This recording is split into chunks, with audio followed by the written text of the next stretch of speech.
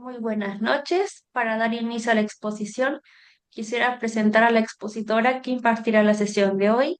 Su nombre es Eugenia Escalona, es psicóloga clínica de la Universidad San Sebastián, máster interdisciplinar en estudio y prevención de la violencia de género de la Universidad de Salamanca en España. También tiene un doctorando en psicología con mención sistémica, cognitiva y neurociencias. También es diplomada en terapia sistémica breve, coordinadora de difusión del Centro de Estudios Sistémicos de Chile, o CESIT. Mm. También es especialista en terapia sistémica con foco en adolescentes, violencia intrafamiliar y temáticas de género. Es docente de diversos programas educativos de instituciones universitarias y profesionales y ha realizado publicaciones científicas y seminarios sobre depresión, TDAH y autolesiones en adolescentes. Dicho esto, le damos el paso a Eugenia para que inicie con su presentación. Súper bien. Entonces vamos a reemplazar el recurso compartido actual para poder iniciar. Y yo agradezco mucho que se dediquen un día viernes en la noche a reflexionar. Nosotros sabemos que la labor clínica no paga mucho, pero de todas maneras nosotros siempre comprometidos con nuestros usuarios y usuarias. Sabemos que hay muchas que estamos en doble presencia. Yo tengo a mi hijita por si en algún momento la escuchan. Ella sabe que no puede entrar, pero ustedes saben, sí, todo puede pasar. Y el día de hoy lo que nos convoca es el posicionamiento clínico del trauma. Tenemos poquitito rato, entonces mi idea es que puedan participar desde el chat para poder ir integrando sus voces y que esto no se vuelva solo un monólogo. Eh, y al final podemos agregar preguntas y reflexiones, y vamos a dar un espacio para que participen tres o cuatro personitas. Entonces, lo ideal es que vayamos haciendo una integración más activa. Aquí lo que vamos a hablar se sostiene desde tres marcos que dialogan entre sí. Vamos a hablar desde una epistemología constructivista, vamos a hablar desde el enfoque de la terapia narrativa, que es parte, ¿cierto?, de esta ecología del enfoque sistémico, y vamos a tener una perspectiva filosófica feminista al momento de conceptualizar el poder y la violencia desde filósofas que se han dedicado a hacer ese estudio, ¿ya? Entonces, a la medida que vayamos avanzando en esos elementos, vamos a ir citando qué persona hace ese análisis para que usted después pueda ampliar ese constructo de manera autónoma, ¿ya? Entonces, vamos a tratar, ¿cierto?, de analizar las decisiones narrativas de la persona que realiza la terapia y cómo ésta configura una relación de poder en el trabajo con experiencias traumáticas. Entonces, vamos a hablar de cómo ocurren las preguntas, el encuadre, los silencios y las consecuencias clínicas de esto y cómo van a impactar a quien acompañamos en el proceso de terapia. Y el segundo objetivo es que esto se pueda fortalecer, es decir, que usted vaya diciendo, yo hago esto por esta razón, y desde la reflexión usted pueda ampliar conductas que permiten el desarrollo de autonomía de las personas que acompañan, y desde la reflexión que usted también pueda disminuir, ¿cierto? Posiciones que puedan ser revictimizantes, ¿ya? Entonces vamos a ir viendo cuáles son los pesos de lo que estamos realizando. Eh, quiero, quiero partir esta conversación por donde parten la mayoría de las historias, que son lugares comunes. Nosotros somos animales de la terapia, entonces como psicoterapeutas el lugar donde siempre estamos habitando es en la conversación clínica. Y ahí no solamente se nos empiezan a revelar historias que son dolorosas, sino que se encarnan la mayoría de las vivencias de la humanidad, ¿ya? Entonces, en ese acogimiento de los relatos, lo que nosotros vamos a tener es una explicación de lo que ha sucedido a lo largo del ciclo vital. Y en esa forma de narrar los hechos, nosotros vamos a tener cierta forma de relacionarnos con el entorno, porque estas historias continúan en cada una de las conductas que vamos tomando y las experiencias a las que hemos podido sobrevivir, cómo las relatamos también marcan en cómo vamos a pensar nuestra nueva forma de interactuar y cómo también nosotros vamos a pensar límites para nuestra propia vida. Esta semana, nosotros el día domingo vamos a conmemorar el Día de la Mujer. Creo que es importante nombrar que quienes trabajamos en la consulta somos en un mayor porcentaje mujeres, y las personas a quienes acompañamos tienen rostro de mujer. Muchas de estas llegan a terapia porque han vivido distintas formas de violencia, experiencias altamente estresantes, y que eso ha dejado un trauma, una herida. Y una herida que muchas veces ha podido cicatrizar bien gracias a las competencias que tiene cada ser humano de sanar, pero lamentablemente hay otras cicatrizaciones hipertróficas que nos toca intervenir para que dejen de causar dolor y malestar. Sabemos que en este contexto patriarcal se niega a las víctimas la capacidad de ser nombradas. Tenemos el conocimiento de que existen masculinidades que son víctimas de estos mismos eventos, pero no tienen la posibilidad de solicitar ayuda libremente porque se piensa que eso es de mujeres y no de hombres. Hay efectos nocivos de vivir en una sociedad donde se invisibilizan los dolores de las personas, y lamentablemente tenemos una masculinidad hegemónica que está fundada en el maltrato y que no permite el ejercicio de otras formas de masculinidad, de otras formas de habitar las relaciones interpersonales, lo que deja, ¿cierto?, a una persona en la posición de agresor y a la otra persona en la posición de agredido. Y es importante que también nosotros empecemos a pensar en otras formas de relación, fuera de estas construcciones y más cerca de los elementos de la equidad, los elementos de la dignidad y los elementos de derecho, que todos podamos ut- eh, utilizar, ¿cierto?, nuestros sistemas garantes de derecho. Entonces, cuando hablamos de género, ¿cierto?, nos vamos a dar cuenta que hay experiencias que son más patologizadas, que son rápidamente patologizadas, y que esas experiencias también van a ir posicionando qué tanto yo voy a permitirme el sentir dolor por lo que me tocó vivir. Ese dolor expresado se va a conocer como síntoma. Ese síntoma, esa forma en que es interpretado como un problema individual, va a hacer que se derive, ¿cierto?, hacia un contexto de terapia. Pero cuando quien escucha ese relato conoce que hay otras estructuras de poder, conoce que hay otras estructuras que están funcionando, puede empezar también a posicionar estos elementos en la colectividad, y que así la persona también pueda hacer ejercicio del activismo, de las redes comunitarias, de los dispositivos sociales, para que nos encontremos en un mejor lugar, en un mejor contexto. ¿Bien? Entonces, quien realiza la atención clínica no solamente va a poder observar en frente a una otra edad, sino que va a empezar a elicitar cierta forma de relatar la historia, y por tanto puede hacer que quede cristalizado un estilo de relato o puede abrir otros estilos de relato, que va a ser lo que nosotros en el libro Mapas de Terapia Narrativa, escrito por White, vamos a conocer como una historia dominante, y vamos a tener, cierto, estas vertientes de historias alternativas, que lo que van a permitir es saber que nosotros somos personas que no estamos en un cajoncito, sino que tenemos múltiples historias que van a ser relatadas o por nosotros mismos o por otros observadores. Y dependiendo de qué tanto me hacen sentido estos otros relatos, estas otras formas de habitarme, yo las voy a ir seleccionando hasta hacer esto que es dominante.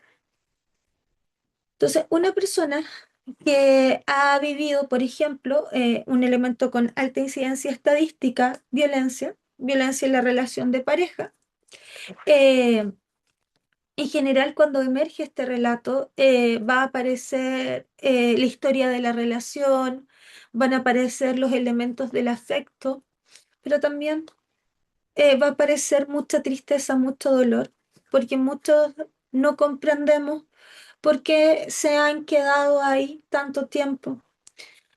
Muchas veces lo que ocurre es que hay una explicación de que hay algo dañado dentro de sí mismo. Me falta amor propio, no tengo autoestima, quizás soy masoquista, no sé amar no soy digna de afecto. Entonces van a empezar a ocurrir, ¿cierto? Esta forma de explicar. ¿Ya?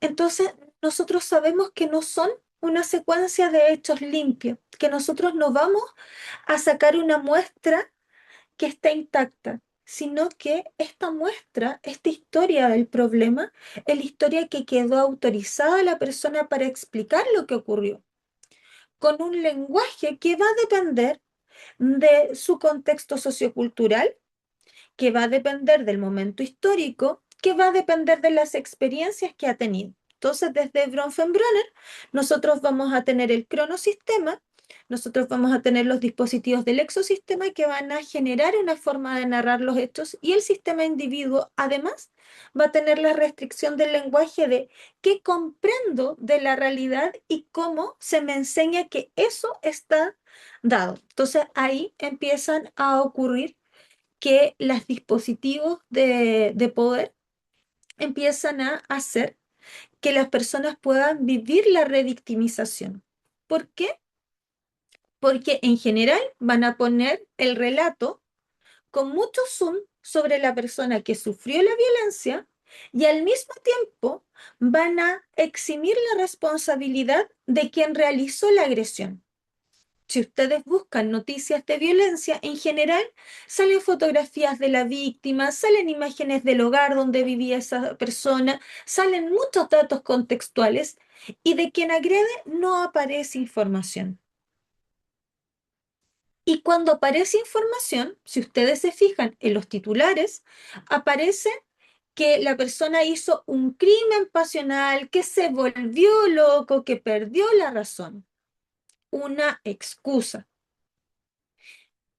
O ponen que no hay un responsable de los actos.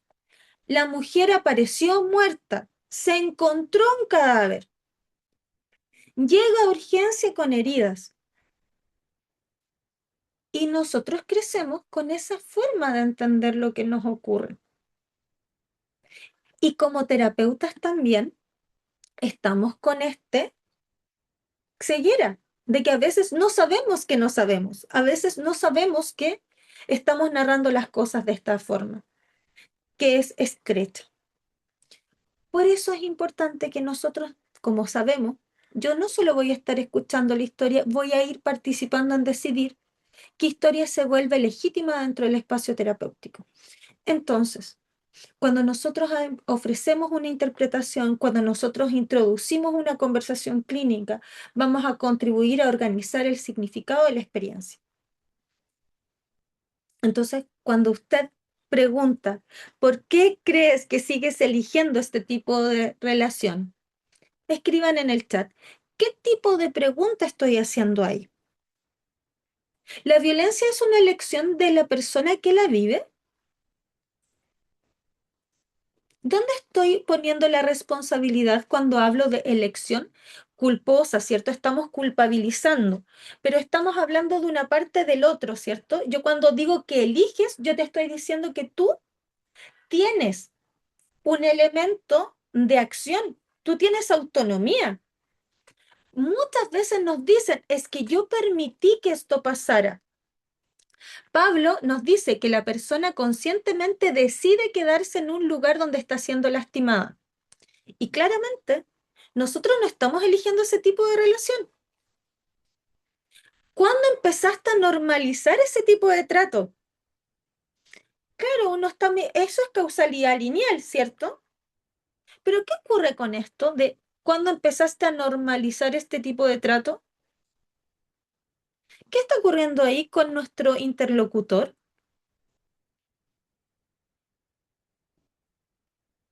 Ahí también pueden escribir en el chat. Macarena nos dice, se está responsabilizando a la persona de su situación y al entorno de la persona, porque esta persona normalizó esta conducta. Entonces, no es solo el agresor, esto es responsabilidad del pasado. Damos por hecho, ¿cierto?, de que aquí hay muchas personas, entonces no es culpa de este agresor, es culpa de todos los otros de atrás, ¿ya? Entonces, ahí la Yareli nos dice observar un desencadenante y lo ponemos en algún elemento contextual. Es casi como decirle, tú tienes la culpa de vivir lo que vives. ¿Cómo no te diste cuenta que estábamos normalizando estas cosas? ¿Ya? Las manitos, al final, por ahora solamente por escrito, porque nos señalaron eso en las normas del inicio. Muchas gracias. ¿Ya? Cuando esa hipótesis de que viene de un trauma infantil también es una causalidad lineal y diluye la responsabilidad de quien agrede, porque yo puedo haber tenido un pasado muy terrible, pero hay gente que es buena y que me trata bien independiente de mi pasado. Entonces, ahí podemos ir moviéndonos desde nuestra forma de hipotetizar. Y la última pregunta es, ¿qué estrategia has usado para sobrevivir esta relación? Este tipo de pregunta es distinta, ¿lo notaron? ¿Qué hace este tipo de pregunta? ¿Qué estrategias has usado para sobrevivir en la relación? Margot nos dice son multifactoriales, hacen que una persona se quede en lugares violentos porque quizás es lo único que ha vivido. Perfecto, esa es una buena epistemología de quien realiza la terapia. Daphne nos dice que es una forma de vincular lo único que conoce por la predictibilidad. Y la pregunta C, Carla, nos muestra que está más centrado en soluciones. Cambia la perspectiva de culpa a la responsabilidad a la persona, nos muestra Kellyan. Orlando nos muestra que está enfocado en la solución y habla de la oportunidad de reconocer las fortalezas. Porque yo cuando pregunto las estrategias, te muestro que acá tú has sobrevivido. Dejamos implícito que es víctima, pero como dice la Manola, no revictimiza y hace que la persona tenga agencia, tenga un potencial de resiliencia. Luego podemos empezar a montar otras maniobras como que la resiliencia no es ilimitada y uno a pesar de ser resiliente no se va a andar quedando en contextos que son maltratadores. Pero al menos queda esa idea que nos muestra la Patti de ser una persona sobreviviente. ¿Ya? Y en eso la reflexión que quiero que tengamos nosotros es que la responsabilidad que tenemos nosotros como terapeutas cuando tomamos decisiones en los relatos de las personas que acompañamos van a influir como entiendan su propia historia y van a hacer que se empiecen a marcar ciertos caminos. ¿Ya? ¿Por qué?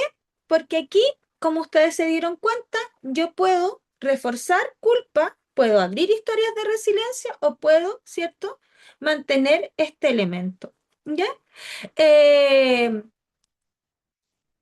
y da la opción de verlo desde un punto de vista lo cual que el otro probablemente desconoce, ¿sí? Porque en general a nosotros también se nos ha enseñado desde esta visión más patriarcal que la víctima tiene que ser una víctima ideal, ¿ya? Y en esa víctima ideal es alguien que esté débil, que esté indefensa, que no había una razón para ser agredido. Y nos muestra que hay otras víctimas que sí se merecían ese trato, por la ropa que estaban usando, por el lugar en donde estaban, por la gente con la que estaban, por el contexto en el que estaban.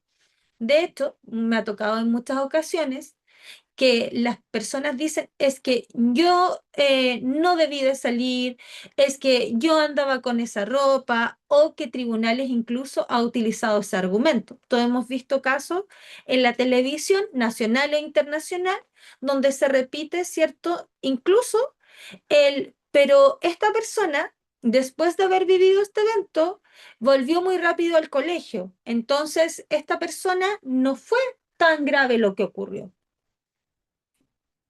Cuestionamos incluso con la rapidez que sanan las personas que han hecho daño, pero no cuestionamos cómo actúa quien agredió.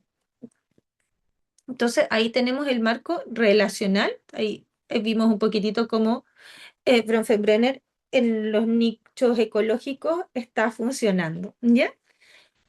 Eh, Además nosotros cuando nos formamos todavía se nos enseña que quien realiza la terapia es un ser neutral. Casi como nos enseñan a andar con batita. Ustedes habrán dado cuenta que ahora los psicoterapeutas andan con uniformes clínicos. En Chile les gusta usar negro. Yo he visto que en México pueden ocupar de distintos colores, pero estamos ocupando trajes clínicos porque todavía nos cuesta observar que nosotros, a pesar, ¿cierto?, de estar en circuitos de dispositivos de salud, nosotros no necesitamos asegurar asepsia y antisepsia, porque los pensamientos y las personas no están contaminadas. Muchas veces incluso se nos enseña a dudar respecto a qué información vamos a compartir con nuestros usuarios, acompañantes, participantes de la terapia. Estaba, sin ir más allá, en una clase con colegas de mucho tiempo de trayectoria y estaban engolosinados discutiendo si a quien consulta nosotros debemos de entregarle su diagnóstico. Y algunos repudiando la palabra diagnóstica porque está dentro del lenguaje biomédico y otros repudiándolo porque podían ocupar de manera ganancial la etiqueta. Yo soy de la postura de que la raíz etimológica de la palabra diagnóstico es atravesar el conocimiento, por tanto, yo tengo que comentarle al otro qué estoy conociendo de él, de ella, con qué palabras me voy a referir al fenómeno que está ocurriendo y que si esta persona está de acuerdo o no con este conocimiento que yo fui a rescatar en mi hipótesis. Hipo, como hipopótamo, abajo de, y es tratado, ¿cierto? Estudio tratado, hipótesis. Entonces, si yo confirmo mi hipótesis, yo hago un diagnóstico que puede terminar en una etiqueta del Manual Estadístico de Trastornos Mentales, del CIE-11 o de lo que usted utilice para nombrar estos fenómenos. Sí, pero no todas las veces. ¿Ya? ¿Por qué es importante el problema de la nominación? Porque en la nominación puede permitir que la persona organice su experiencia y pueda entregar un marco conceptual para poder señalar lo que le ocurre. Y eso en general entrega libertad, porque permite que la persona pueda dar una causa, pueda ahora integrar cuáles son los efectos y pueda tener distinciones discursivas para así utilizar los apoyos que sean necesarios para poder adaptarse al entorno. ¿Ya? Entonces, creo que ahí es importante que la necesidad de nombrar los actos que se experimentan es muy relevante y que el dolor de no tener palabras para poder definir las experiencias de segregación, de maltrato, de vulneración, dejan a las personas con mucho dolor psíquico. Probablemente ustedes han encontrado en la consulta con usuarios que tú les cuentas. Mira, todo esto que a ti te hacía sentir mal se llama maltrato emocional. Mira, esta experiencia de rechazo, de acoso escolar, probablemente se debió a que tú no comprendías ciertas normas sociales. Y eso ocurre porque eres una persona neurodiversa. Alivio. Por eso era. O claro, como tuve esta experiencia infantil, entendí esto en el presente, actúo de esta manera y lo puedo ir cambiando, ¿ya? Entonces, como dice Yareli, es la opción de verlo desde otro punto del cual se desconoce y puede organizar, ¿cierto? Esta experiencia post-diagnóstico y durante el diagnóstico. ¿Por qué? Porque en el proceso de organización de la hipótesis, tú le señalas, mira, ¿sabes qué? Yo creo que es esto lo que te pasa, está en esta hoja del manual estadístico, ¿se parece a lo que tú vives? Sí, no. Si nosotros llamamos el fenómeno de esta manera, ¿qué implicancias tiene? Y se co-construye. Y así tú te sales del esquema de poder y permites a la persona el uso de su autonomía. Y además, tú sigues el código, ¿cierto?, de salubridad y es que todo paciente tiene derecho de saber. ¿Ya? Ahora, también usted puede decir, profe, pero le está diciendo paciente, le está diciendo usuario, le está diciendo participante de terapia. Eso también es una posición de poder y es una posición política. Cada uno puede ir definiendo cómo va a llamar a la persona con la que está ejerciendo la conversación. ¿Ya? Entonces, ahí también podemos incluso señalarle yo en general le digo su nombre, pero como estamos en clases, tengo que utilizar este lenguaje común para que nos podamos entender. Entonces, vamos a ir a la epistemología constructivista y desde el constructivismo la neutralidad se vuelve insostenible. ¿Ya? La Haraway decía que nosotros necesitamos un conocimiento situado. No hay un punto de vista de nadie. Siempre hay un punto de vista de un observador y un observador que es histórico y un observador que está impactado por género, por clase, por etnia. Entonces, todo lo que construimos lo construimos desde una posición. Y ahí ustedes pueden integrar los elementos de cibernética de segundo orden que el observador afecta al fenómeno observado. Entonces, siempre vamos a estar construyendo significados en la conversación clínica y Manuel ocupa el principio maturanesco de todo lo dicho es dicho por alguien, que ahí, ¿cierto?, es el aporte de Chile a la comunidad, ¿cierto?, de la epistemología constructivista. Como sabemos eso, el lenguaje que utilizamos puede transformarse como una herramienta que amplía las libertades o que restringe y moviliza a la persona. Por eso nosotros vamos a tener que ir viendo con el otro qué tanto le hace sentido. Pregunten. No, no, ese es un elemento súper importante para desmontarse de los esquemas de poder. Te voy a prestar esta interpretación, te quiero hacer una invitación a analizar esto. Si observamos el fenómeno de esta manera, yo estoy entendiendo esto, corrígeme si me equivoco. Em, Mira, yo lo que estoy entendiendo es, todo eso ayuda a una posición de one down y ayuda a que el otro amplíe su relato. ¿Ya? Em, y así, cuando nosotros trabajamos con heridas, nuestra pregunta va a ser como un bisturí que va a ir cortando alrededor de la cicatriz hipertrófica, alrededor de estos relatos dolorosos, nocivos, que constriñen, y vamos a ir cosiendo una nueva conversación donde la persona comprenda de que esta herida fue hecha en un contexto, que en ese contexto habían relaciones de poder, género, familia, cultura, instituciones, psicología, y que cada una de esas instituciones permitió que esa herida se pudiera rehabilitar con movimiento o impidió el movimiento y esa herida no solamente quedó hipertrófica, sino que ahora no permite que podamos pensar, hacer nuevas cosas. Por eso cada vez que la persona diga yo permití, uno puede devolver el cómo alguien de 8 años podía permitir que su primo de 15 años no jugara de manera sexual si esa niña no conocía qué era el sexo. Cuando diga debí de haberme dado cuenta, ¿cómo te podías dar cuenta si cada vez que dijiste que eso te dolía, te decían que el mundo era así? Cada vez que dijiste que te dolía, te dijeron es que tú eres muy alaraca, eres difícil de querer, agradece que me quedo contigo. Debí de haberme ido antes. ¿Cómo se podía ir antes una persona que no contaba con los recursos económicos o emocionales? O efectivamente, debiste haber ido antes. ¿Qué te dijiste para quedarte? ¿Cómo sostuviste el estar en un lugar sabiendo que tenías dolor? Y ahí aparece porque muchas personas que han vivido eventos traumáticos se quedan para proteger a otros del daño, por la esperanza de cambio, por vergüenza, porque creían que en realidad no era tanto y dudaban de si estaban exagerando o no. Me falta amor propio.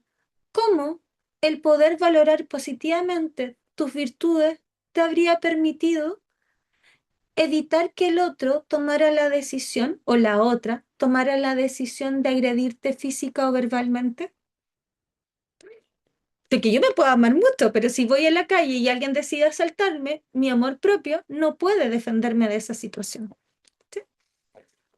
La Tamara dice que cuando descubrimos cuál posición ocupamos en terapia, nos damos cuenta que no nos acomoda, cómo cambiamos la figura sin afectar el proceso terapéutico que ya empezó, como en general uno va corrigiendo en una receta. Si tú encuentras que quedó más sal, ponle más agua. En esa misma metáfora, si tú dices al consultante, no me siento cómodo con el estilo de la devolución, ¿con qué devolución te sentirías más cómodo? A mí me han dicho, es que eres muy rápida. Yo, perfecto. ¿Cómo sería para ti dejar la velocidad? O nos damos cuenta que estamos yendo muy lento. También, ¿te parece que lo aceleremos en la tarea terapéutica para que así no nos quedemos como entrampados en esta velocidad? Sí, lo podemos corregir. El ritmo siempre se va construyendo en conversación. No es perfecto, pero uno va diciendo la incomodidad. ¿Ya? Y como dice Antonia, en este reencuadre ajustamos las veces que sea necesario considerando la co-construcción de objetivo, que ambos compartimos porque ambos hemos hablado de qué estamos trabajando hoy y para qué lo estamos trabajando. Entonces, eh, ahí vamos haciendo, ¿cierto? Estos elementos donde incluso las personas que generaron los discursos van perdiendo poder y vamos ganando nuestros propios análisis un mayor lugar, ¿ya? A mí, en lo personal, ¿cierto? Cuando el Guay comentaba que nosotros nos podemos quedar atrapadas en historias saturadas del problema, me pasa, ¿cierto? Que tú lo ves cuando conversas con un otro que te empieza a decir es que yo no me puedo ir, he sido tan tonta, no sé defenderme, si de verdad me hacen daño yo me pongo a llorar, yo no me acuerdo, mi cerebro se olvida de las cosas que pasan, entonces yo, yo solo siento miedo y muchas personas viven este fenómeno de indefensión aprendida.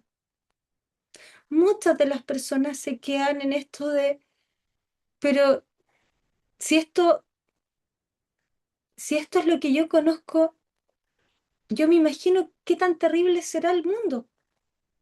Porque si en mi casa, ¿cierto?, pasaban estas cosas, ¿quién me hace pensar que afuera me pueden tratar un poquitito mejor? Y muchas veces uno empieza a quedar eh, en esta historia contada repetitivamente que organiza nuestra identidad. Cuando todas las veces te dicen, no, es que eso no pasó, no, es que tú no entendiste, no, es que en realidad no duele porque el resto no se queja. Tú empezás a decir, sí, pues, cuando tú tienes que agradecer que salgan contigo, tú tienes que agradecer que la otra persona esté, porque hay, hay otras necesidades. Cuando tú dices, oye, es que a mí me gustaría esto, y el otro te dice, pero ¿cómo te van a gustar esas cosas? O te ignora. Uno empieza a sentir vergüenza, empieza a cambiar el marco desde donde mira el mundo. Uno ya no piensa, hoy yo podría tener una casa bonita. Uno dice, ¿para qué voy a arreglar esto? Sí, en total, las cosas son así. ¿Para qué me voy a arreglar si en total, qué importa cómo me vean? Es difícil levantarse y hacer la cama cuando tú... ¿A qué le va a importar si me van a tratar mal igual? Si yo ya soy el flojo. La herida, ¿cierto? Va ahí quedándose y además la consecuencia, mi versión empobrecida de la identidad, esa responsabilidad sobre el dolor propio, que termina limitando las posibilidades de libertad, de dignidad, de ejercicio de la autonomía, porque yo no empodero a la gente tiene poder y puede utilizarlo y puede hacer las cosas porque son autónomos, ¿ya? Abramos dice, muchas veces encontramos esos discursos en madres quienes soportan el maltrato en distintos niveles bajo la idea de que aguantan todo por sus hijos, todo por falta de herramientas psicológicas, económicas, y Patricia agrega estigmas y estereotipos. Entonces nosotros siempre estamos en esta doble escucha porque estamos atentos a lo que ocurrió, estamos ahí en el chismecito, pero también cómo se desarrolla la experiencia de daño. Prestamos atención a cómo la persona se explicó el daño, como muchas veces te dice, pero es que no fue importante, es que en realidad todas las parejas pelean. Cuando una persona da, ¿cierto? A mí me duele mucho. Yo gritaba porque quería que el otro entendiera que me dolía, pero lamentablemente él no entendía. Yo le decía, por favor, para, yo no quiero hablar de esto, yo no quiero hacer esto, a mí me duele, yo te pido perdón, pero no te vayas, por favor, no te vayas. Y el otro seguía atacando, seguía hablando mal. Cuando hay mucha gente que te dice, esa no es una víctima ideal, ¿cierto? Es una víctima que grita, que se defiende. Y por el otro lado, estas víctimas perfectas que les gustan al sistema de, no, sí, yo tenía la casa impecable, trataba de andar bonita, siempre muy servicial, a ver si me decía algo bonito o a ver si me notaba. Pero de todas maneras, siempre había algo que estaba mal. Que le faltaba sal, que el vestido era feo, que no me combinaba algo. Yo a mí me daba pena, pero no decía nada porque si no, era enfrentarse más a alegato. ¿Para qué alegar? De hecho, mucha gente termina estas cosas con ¿para qué? Entonces nosotros no nos vamos a quedar solamente escuchando la historia de sometimiento, nos vamos a quedar escuchando de, oiga, y usted tenía harta iniciativa por los detalles, oye, y parece que usted disfruta de el andar elegante. Cuénteme, ¿cómo hizo eso a pesar de que nadie lo valoró? Cuando la otra persona se defendía y decía, yo llegaba a gritar para que me entendieran en los daños. Oiga, entonces usted estaba bien consciente de lo que pasó. Entonces, ¿cómo en esa conciencia la podríamos utilizar ahora para pensar en soluciones? Y vamos arrastrando para otra vía, po, ¿cierto? La Tamara dice que desde la narrativa ocurre un cambio muy bonito cuando la persona pasa a verse como víctima sobreviviente. Eso demuestra en ocasiones un cambio en el autoconcepto, en la autonomía, ¿cierto?, de su historia alternativa. Como le digo a mis pacientes, minimizar o maximizar la situación es igual de peligroso, ¿ya? Me encantó esa, te la voy a quitar. Obviamente citada en APA. Y creo que ahí, ¿cachai? Cuando cambia harto, cuando nosotros empezamos a hablar de debilidad y comenzamos a interpretarlo como una historia de resiliencia. Había una persona, estábamos en cámara Gesell, y la consultante estaba saturada del problema y hablando, ¿cierto?, cómo era sometida y todo el cuento. Y, y yo le digo, oh, ¿sabéis qué? Qué bueno que sepas lidiar con la frustración, porque si fuiste capaz de lidiar con todo ese daño y con toda esa frustración para que el otro te quisiera, pucha, ¿cómo no nos va a servir para cuando te tengas que querer tú? Y un colega me decía, yo no sabría cómo se te salió eso, pero te salió muy bonito con esta consultante. Y además a ella le hizo sentido de, sí, pues yo soy porfiada y cuando se me mete algo en la cabeza, yo avanzo. Entonces empezamos a hacer tareas bien concretas y avanzó muy rápido. Nuestro papel no es ser jueces, no es esclarecer una verdad psicojurídica. Nuestro papel es como eso que ocurrió, tú te lo cuentas y como ese cuento te afecta en las tomas de decisiones, en las conductas, en las relaciones y cómo pensáis el futuro. Entonces, nosotros nos vamos a meter ahí y en nada más y nada menos, ¿ya? Eh, entonces, nosotros, ¿qué empezamos a hacer? ¿Qué va cambiando en que las personas van a empezar a pasar de creer que ser fuerte es defenderse físicamente de los golpes, de los gritos, a que ser fuerte es confrontar al agresor y que la persona pueda ver de, no, yo no respondí en ese momento porque no estaba asegurada de mi integridad. Yo fui resistente a esas violencias porque No tenía otra opción en ese momento, pero aún así busqué formas. En maltrato infantil los niños se mantuvieron en dispositivos escolares. En general las personas sobrevivientes de maltrato son personas muy dulces y lograron proteger distintos conceptos de ellos.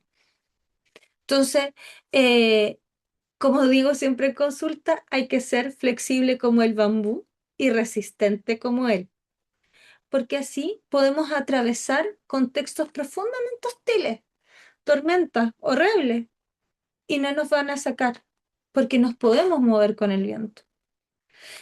Existen historias que implican permanecer en silencio, haber tenido que ser pasivos, hasta que llega el momento de alzar la voz y tener acciones que nos pueden transformar.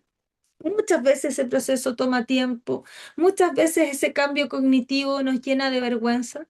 Yo ahí mismo comentaba lo doloroso que era ese fenómeno, porque es como, yo ahora entiendo que estaba pensando mal, yo ahora entiendo que eso que yo creía que era afecto, que eso que creía que me cuidaba, que esas palabras que yo entendía como incluso motivadores de mejores versiones de mí, en realidad me extrañaban y no entiendo cómo pude pensar que eso estaba bien. Y a veces nos llena de profunda vergüenza el darnos cuenta. Entonces, eso hay que también hablarlo. Tenemos que hablar de que cuando aprendemos podemos tener vergüenza del pasado, que cuando aprendemos a escribir una palabra bien, después la vemos mal escrita y nos da algo. Y ahí es donde la terapia, ¿cierto?, va avanzando. Quien realice la terapia no debe centrarse en detalles morbosos de la experiencia de violencia. No necesitamos el detalle de qué te hicieron, por dónde te lo hicieron, cuándo te lo hicieron o con qué te lo hicieron. No. ¿Cómo lo hizo esa persona para sobrevivir? ¿Cómo esa persona lo hizo para volver a la vida? ¿Cómo esa persona era antes de ese evento y qué cosas puede recuperar de ese pasado que no vamos a mantener del dolor y del daño? ¿Y qué aprendizaje nos entregó este dolor y el daño, sabiendo que a veces no se aprende nada más que yo puedo resistir? Porque de lo contrario, ¿cierto? Podemos abrir espacios para validar a los agresores o de revictimizar. Ya entonces ahí no nos vamos a quedar, ¿cierto? Atorados. ¿Ya? Eh, Muchas veces lo que nos pasa, ¿cierto? Y que ahí es un detalle muy doloroso. Profesionales validan ciertas formas de interactuar. Muchas mujeres somos criadas con el pensamiento de que nuestro cuerpo, cuando estamos en pareja, pertenece a la pareja. Entonces, muchas veces existen profesionales que marcan esa idea y llegan a justificar los abusos sexuales ocurridos durante estados de inconsciencia, apelando incluso de manera asquerosa a cambios hormonales durante el embarazo, señalando que la prolactina pudo haber hecho que los sujetos mamaran los senos mientras estaban durmiendo. Hay profesionales que van a utilizar los relatos de las personas para vulnerarlas, para justificar a quien agrede y de hecho van a pedir detalles morbosos solamente porque pueden hacerlo. No está comprobado que el entregar más detalles ayude a quitar, ¿cierto?, los flashbacks o que ayuden a significar la experiencia. Por el contrario, está demostrado que revictimiza. Entonces, no. Asimismo, he escuchado narrativas donde se responsabilizan a madres, padres por el haber tenido que trabajar y dejado a sus crías al cuidado de familiares, como si eso pudiera explicar o justificar situaciones de abuso. Hay una larga lista de decisiones narrativas que toman las personas para dejar la responsabilidad en cualquier elemento del entorno, menos en el agresor. Entonces, la víctima puede quedar congelada únicamente en esa posición, víctima. Por eso, nosotros vamos a tratar siempre de hacer este trabajo de reconocer que la persona hizo cosas para sobrevivir. Nuestras herramientas narrativas van a ir apuntando en eso. Evidentemente vamos a citar el trabajo de Yvonne Dolan para sobrevivientes del abuso sexual y vamos a también comprender que las personas necesitan alguna forma de sostenerse, de proteger algo de sí para seguir viviendo. Y muchas veces eh, el pensar, ¿cierto?, que ellos son los responsables les ayuda a organizar una narrativa que tiene sentido. Por eso, cuando nosotros empezamos a darle la responsabilidad a quien agrede, que sea lentamente, porque si no, le quito el poco piso que muchas veces las personas que han sobrevivido tienen para poder enfrentar la situación. Así que ahí también vamos a tener que ir haciendo un elemento de activismo, ¿ya? Las estrategias de sobrevivencia y cómo pudiste haberlo hecho muy bien y seguir siendo una persona matea, estudiosa, Calia, no borran la herida, pero sí hablan de tu capacidad de sobrevivir. Para que también hay mucha gente que me ha tocado acompañar que le han dicho, es que tú eres muy inteligente, como si ser inteligente nos ayudara a salirnos de todo lo que nos pasó. Es terrible, ¿ya? Entonces, la Claudita nos dice, yo puedo resistir, pero nunca volver a permitir. Ahí está la cosa, ¿cierto? Entonces, vamos, le voy a poner nitro porque nos queda poquito, ¿ya? Entonces, ¿dónde pongo el problema? eh, si yo hablo, ¿cierto?, de tu dependencia emocional, voy a decir, ¿cierto?, una parte de la identidad de la persona, ¿ya? No es la idea. Entonces, ¿nosotros qué vamos a hacer? Dinámicas de control que se instalaron en la relación para poder nombrar el sistema de poder que anda dando vuelta. Entonces, así nos podemos ir reescribiendo. Eh, ¿Dónde ubico la agencia? ¿Por qué no te fuiste? Si fuera tan fácil como amiga, date cuenta, ninguna estaría ahí, po. ¿Qué hacía difícil salir? Eso permite reconocer el contexto de coacción, incluso reconocer que uno bajo las ideas del amor romántico estaba enamorada o que uno no sabía, no conocía algo distinto y te ayuda a salir. ¿Qué historias amplifico? Yo no me voy a quedar amplificando el soy débil, pero sí me puedo quedar en el que he sobrevivido distintos elementos. ¿Ya? Eh, y yo creo que en esta de Amiga Date Cuenta hay muy poca empatía y un profundo desconocimiento de cómo funciona el trauma. Incluso es peligroso porque nos hace pensar que uno tenía la total libertad de irse, cuando yo con las piernas rotas no puedo decidir cuándo correr. Y por eso es muy bonita esta pregunta de qué cosas hacían difícil salir de la relación. Yo creo que ahí nos permite cuidar harto y nos permite pensar en intervenciones intersectoriales. O sea, nosotros como psicoterapeutas, trabajadora social, OMIL, red afectiva, otras cosas que se pueden ir armando, ¿ya? Eh, entonces nos aparece como un elemento bonito. Eh, ¿Qué historias vamos a amplificar? No supe protegerme, me equivoqué, permití que pasara. En general, son elementos que van como responsabilizándote harto. Entonces, ahí nosotros vamos a no intervenir desde el optimismo, ¿ya? No, porque eso no sirve, sino que ir mostrando de que habían condiciones que no estaban bajo nuestro control, que habían cosas que no podíamos saber que estaban ocurriendo, y por eso no podíamos tomar medidas. Eh, la idea es que nosotros podamos, ¿cierto? No pasar a esto no es culpa tuya, pero no es culpa de nadie, sino que lentamente, ¿cierto? Eh, ir mostrando de que aquí había alguien que tenía más o menos responsabilidad o que ante, cierto, una forma de reaccionar privilegió una que sabía que estaba causando daño. Pero no vamos a dejar la culpa dando vuelta. Eh, entonces, los elementos sociales hoy mismo estaba acompañando a una mujer cuya madre fue muy víctima de violencia y ella se sentía muy enojada porque su mamá nunca se había separado de su papá. Bueno, muchas mujeres portamos esa rabia de por qué no terminaron esa relación con el agresor. Y me tocó hacer un elemento difícil porque es mirar también la propia historia, es decir, eh, bueno, en los años 90 siquiera existía el proceso legal para poder divorciarse de manera tranquila en Chile.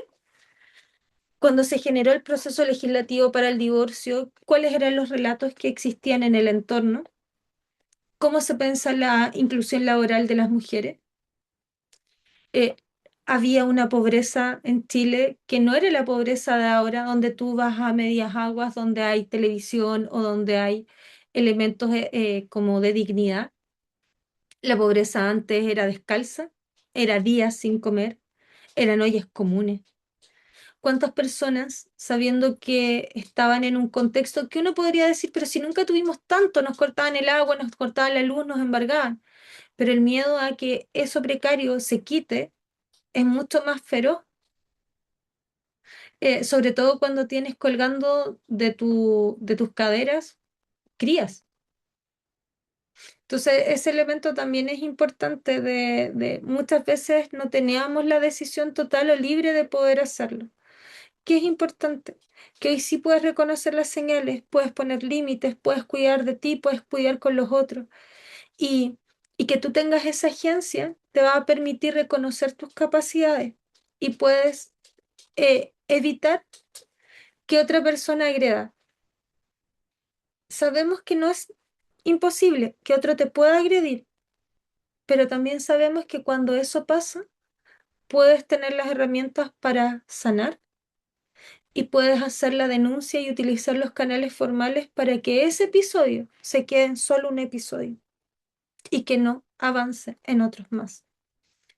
Eh, con esto termino, ¿cierto? En nuestro posicionamiento ético, que es lo que hemos tratado de construir a lo largo del seminario, no es casual. Eh, Deben de tratar de explicitarlo con ustedes mismos, con cada conversación que tienen, con cómo revisan las noticias, con tratar de cuestionarse de dónde aprendí que esto era cierto, desde qué premisas me paro. ¿Ya? Porque no se trata de imponer una interpretación sobre la experiencia de la persona, se trata de crear condiciones para que la persona pueda recuperar su autoridad en su forma de vivirse y su forma de relatarse. ¿Ya? Creo que en eso podemos ir construyendo una forma muy bonita de interaccionar. eh, y Eso, nos quedan 3 minutitos. Voy a permitir, ¿cierto?, que quienes desean em, levanten la mano. La monitora Mari les va a entregar, ¿cierto?, la palabra. Pablo nos dice que una de sus primeras acciones, que no sabe si es correcta o incorrecta, pero es, cuando trabajo con pacientes en situaciones de violencia, es decirles que la culpa no tiene una función como tal y no ayuda a encontrar soluciones, no ayuda a sanar. Y les pregunto, ¿por qué entonces debería gastar energía en culpar cuando puedo utilizarla en sanar? Buena, Pablo, me gustó tu posicionamiento. La Tamara tiene una duda. No se externaliza el agresor es el agresor, pero se externaliza la culpa. Sí, toda la razón. No vamos a externalizar al agresor, pero vamos a externalizar las consecuencias del daño del agresor, que puede ser la culpa, que puede ser el miedo, que puede ser la rabia o incluso a mi versión que lo justificaba. La Antonia dice que creo que sus sentires generales para resignificar la agencia y la autonomía, maravilloso. Y a todo evento sería adecuado nominar al sujeto como víctima. Em, Eso también es un gradiente, porque hay personas que, como te digo, les toca mucho el hablar de víctima. Yo en general lo que les muestro es, para ser víctima hay que tener la condición de haber vivido un daño. Y pongo este ejemplo que puede ser muy pueril, de, mira, yo puedo ir ebria, caminando, tambaleándome en la mitad de la noche, pero si yo estoy cruzando con luz verde para mí en el paso que corresponde y alguien y alguien me atropelló, yo fui víctima. Incluso si después de que me atropellaron, yo me paré y pateé el auto y le dije, ¿cómo manejáis así, animal? ¿Por qué? Porque la persona falló a la ley de tránsito y me arrolló. Y en eso fui víctima de un accidente de tránsito. Yo estaba cruzando por donde correspondía, con la señal que correspondía, y hubo un accidente, y fui víctima de un accidente de tránsito. ¿Qué pasa? Después yo puedo montar si hubo dolo, no hubo dolo, si hay atenuantes, si hay agravantes. Pero lo que tiene que ocurrir es que yo tengo que aceptar que ahí hubo un daño. Y ese daño, independiente de mi reacción, es un daño al que me tengo que hacer cargo. Después de un accidente de tránsito, tengo que ir a médico, tengo que evaluar mis lesiones. Incluso si el otro decidió huir y dejarme tirada, voy a tener que buscar la forma de sanar. No sé si ahí te hace sentido esa metáfora. La suelo utilizar, le suele hacer sentido a la gente que acompaño y ayuda a establecer ese elemento de ser víctima es solamente esa posición de haber sufrido cierto un daño y no es nada más que para hablar de ese evento y ese frame, ¿ya? Y como dice Catherine, siempre aplicar perspectiva de género. Ahí, no sé si se levantaron manitos. Si no, voy a seguir leyendo comentarios. Viviana dice que todas las emociones cumplen una función. En el caso de la culpa, surge a modo de reparación o surge cuando algo es valioso para nosotros. Decir que no tendría que sentir culpa invalida la experiencia y se cae ahí en emociones positivas y negativas. Es útil indagar cómo surge la culpa, observar y detectar que no hay responsabilidad en ese evento. Ya. Pero fíjate, Viviana, que la invitación que hace Pablo es no dedicarle tiempo a la culpa, sino que dedicarle más tiempo al sanar. No implica que vamos a negar su existencia y no implica que no la vamos a abordar. Él pide que se focalice en, eh, primero, ¿cierto?, en maniobras de estabilización y posteriormente el análisis de la culpa. Eso va a depender de tu plan terapéutico y de qué tanto la culpa es un eje narrativo para la persona que estás acompañando, pero es una excelente vista del fenómeno. Noemi dice, una vez me dijo un profesional que solo es víctima una vez, que ya sabiendo esa información ya no soy víctima, porque ya sé que estoy mal y eso me paralizó mucho tiempo. También un excelente elemento, ¿cierto? Porque uno es víctima en como diría Paul Vaslavic, en una puntuación de secuencia de hechos que tiene un inicio y que tiene un final. Así que, bien. ¿Cómo trabajamos la narrativa para que un diagnóstico no sea estigmatizante? Desde los elementos de la psicoeducación y de la educación en salud mental. Hablar del manual estadístico, mostrarle los elementos que tú estás utilizando para pensar que esa es la etiqueta, señalar que la etiqueta resume un estilo de funcionamiento y hablar de qué adaptaciones se necesita para volver al funcionamiento de una persona que tiene salud. Y en eso usted también puede educar de qué es salud y qué vamos a considerar enfermedad. Ahí se levantó una manito, puede prender el micrófono. El Mel nos dice que hay que tomar en cuenta el proceso, que hay personas que necesitan elaborar la culpa para sanar. Por eso, muy bien, nada desde el poder, sino desde que necesita el otro. Ahí, ¿puedo prenderle el microfonito a la persona?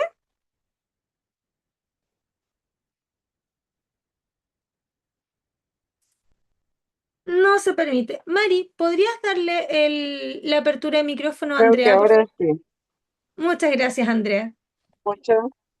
Sí, Ya, muy bien. sí, bueno, poniendo atención en lo que está relatando, bueno, yo creo que fenómeno de la violencia es mucho más complejo de lo que uno pudiese analizar en una clase de una hora, evidentemente, ya como fenomenología propiamente tal.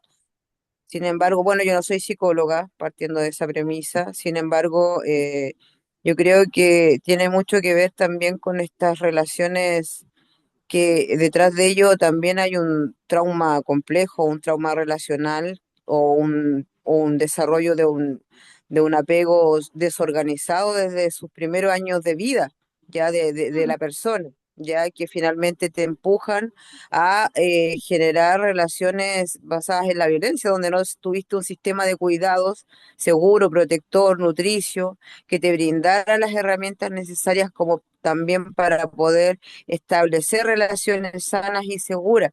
Desde ahí yo creo que comprender la historicidad de las personas que han sufrido violencia, situarse desde ahí, desde la historicidad principalmente, porque generalmente estas personas que han vivenciado o están viviendo situaciones de violencia, que a todo esto se demoran 8 7 u 8 años en denunciar al agresor, ya, pero comprendiéndolo también desde ahí, yo creo que es sumamente importante pararse desde ahí, como de esa base, para poder llegar a comprender y poder llegar a situarnos por qué la conducta, por llamarlo de alguna forma, se basa en relaciones de dependencia, en relaciones de violencia, en validación de la violencia, en el sentir como sin esta persona no puedo vivir, estos apegos tan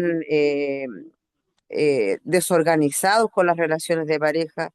Y eso yo creo que es sumamente importante poder mirarlo cuando uno también trabaja desde con esta temática, que es mucho más difícil, compleja y de lo que uno se imagina.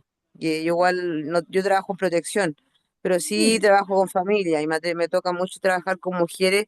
Varias veces me ha tocado trabajar con mujeres que años o de vida y y un poco indagar en su historia de vida, son historias basadas en violencia, en maltrato, en violencia, en abandono, en relaciones de apego inseguro, o desorganizado, en traumas relacionales, traumas vinculares, traumas complejos, y desde ahí, llegar recién desde ahí, desde esa premisa, recién uno logra comprender donde uno se puede situar como para poder elaborar un plan de mm, trabajo o un plan terapéutico que sea realmente efectivo para la persona y que tenga un significado positivo para la persona.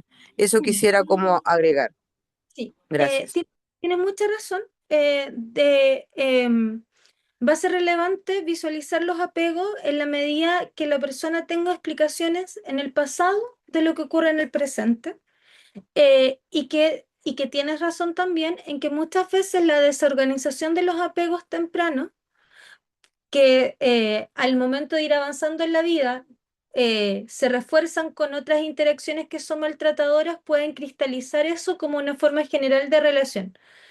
Pero quizás yo desde mi optimismo casi invencible, eh, muchas personas que viven violencia también se encuentran con otros ambientes que vienen a reasegurarles en el apego, que vienen a mostrarles que hay otras formas de interactuar y eso permite que volvamos a establecer un apego seguro, al menos con algunas personas, y desde ahí nos podemos movilizar.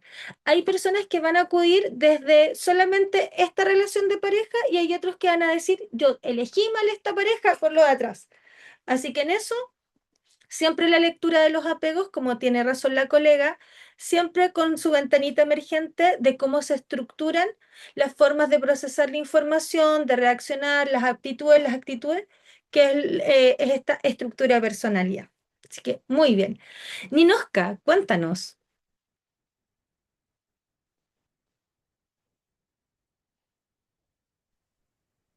¿Ahí pudiste Hola, aprender?